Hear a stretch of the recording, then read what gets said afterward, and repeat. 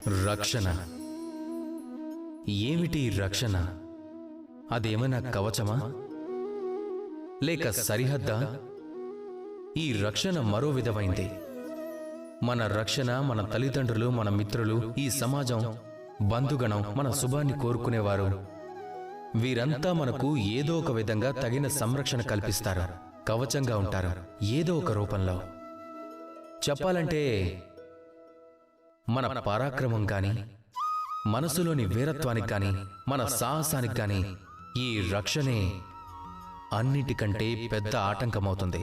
ఒకవేళ ఏ రక్షణ లేకపోతే గనక, లేదా మీరు ఈ రక్షణల్ని కాదని బయటపడితే అప్పుడు మీ పరాక్రమం ఉన్నత స్థాయికి చేరుకుంటుంది. ఎందుకంటే అప్పుడే మీకు అర్థమవుతుంది ఈ ప్రపంచాన్ని మీరే స్వయంగా ఎదిరించాలి అని. ఎందుకంటే శత్రువుని ఎప్పుడూ మన బలంతోనో లేక పరాక్రమంతో, మన సాహసంతో మాత్రమే ఎదిరించగలం. అప్పుడు మాత్రమే మనలో దాగి ఉన్న శక్తి జాగృతమవుతుంది.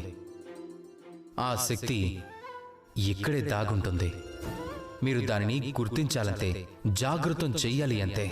ఇదంతా ఆ రక్షణ భగ్నమయ్యాక మాత్రమే సాధ్యం. ఎవరికైతే తమలోని దాగున్న శక్తి తెలుస్తుందో వారు ఎప్పటికప్పుడు శక్తిని పెంచుకుంటూ ఉంటారు. వారు తమకు అండగా, రక్షణగా ఉన్న కవచాన్ని చీల్చి ఇచ్చేస్తారు, కర్ణుడిలాగా. ఇక అది జరిగిన తర్వాత మీరు గెలిచినా సరే లేక ఓడినా సరే అది గొప్పదే అవుతుంది, అదే సర్వోత్తమం అవుతుంది. అందువల్ల వదిలేయండి భయాన్ని, మీ చుట్టూ ఉన్న రక్షణ కవచాల్ని చీల్చి పారేయండి. ప్రపంచాన్ని ధైర్యంగా ఎదిరించండి మీ శత్రువులను.